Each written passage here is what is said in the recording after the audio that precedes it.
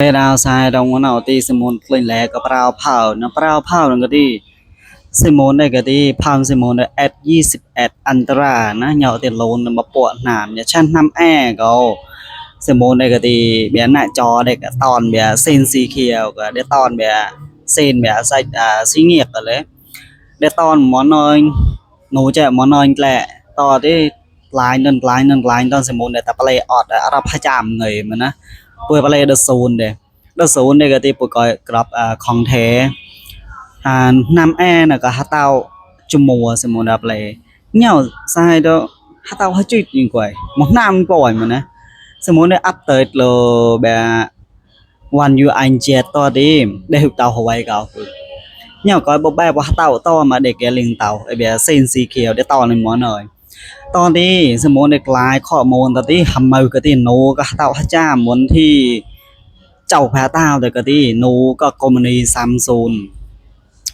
งเราก็ได้แตะโลปรายกันที่ปุ้ยลงทะเบียนมาดูก็ก้าวเผาปุ้ยแป้งกันที่ปุ้ยเก็บปลาเล่มั่มแม่ได้ปลาเล่กับมั่มแม่หนูนะฮาร์ดแค่ช่างเลยได้หุกุยปุ่มเมาหุกุยฮาร์ดหน้าจอฮาจามเงยเลยปุ้ยก่อยมั่มแม่หนูได้ประกาศบังเอาเซโมนกันที่เซโมนได้ลงแล้วทะเบียนต่อยที่ได้ปลาหนึ่งเราต่อยเต่าจมูกที่ใบจอราวนักที่เซโมนได้แต่แอร์โซนซัมซุงมันก็โปเกตนั่นเลยในมันเดินหลักตลาดโซเตอจะได้ตีสเกลรอเต่าเผาฮักก้าวเน่ามันเดินกับก้าวเดี๋ยวเต่าฮัตแตดโลปลายกันที่ยิกเกาแบบหน้าจอปุ้ยเต่าปั๊มเซโมนเนี่ยเน่าก็ตีเซโมนนะครับไปก่อนนะไอ้ปั๊มเกาตีปุ้ยลงทะเบียนปุ้ยลงทะเบียนก็ดีละปุ้ยก่อยดิแซ่เราให้จำเงยมาใส่แล้วไล่หัวกวยแต่ฮาร์เปนะได้ฮัตแตดโลปลายต่อยเด็กก่อนู้ปุ้ยไล่จอทำไมหัวแก่ปุ้ยมันเกกิดปั๊มกูปองเลยก่อยปุ้ยมันเกเสาะกระทางซัมซุงเลยก่อยผ่านปุ้ยนะตอนที่สมมติฮัตตอนก็เคยตีปุ้ยอะไรอย่างจำลองมองยี่ห้อมเราที่ไอ้จ่าตีละสหายเต่ามาปั๊มเซมอนกำตีปุ้ยก็ก่อยฮัตตาวปกติปุ้ยก็ลงทะเบียนนะย่อยตังกูนาวปุ้ยอะไรอย่างคลิปบนจอนะ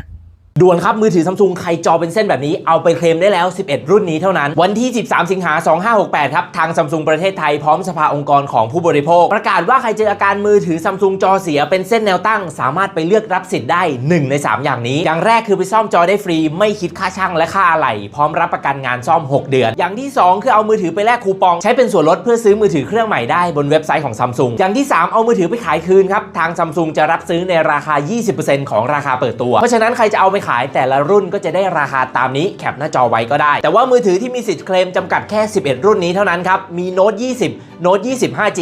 โน้ต20 Ultra โน้ต20 Ultra 5G S20 Plus S20 Ultra S21 FE S21 Ultra S22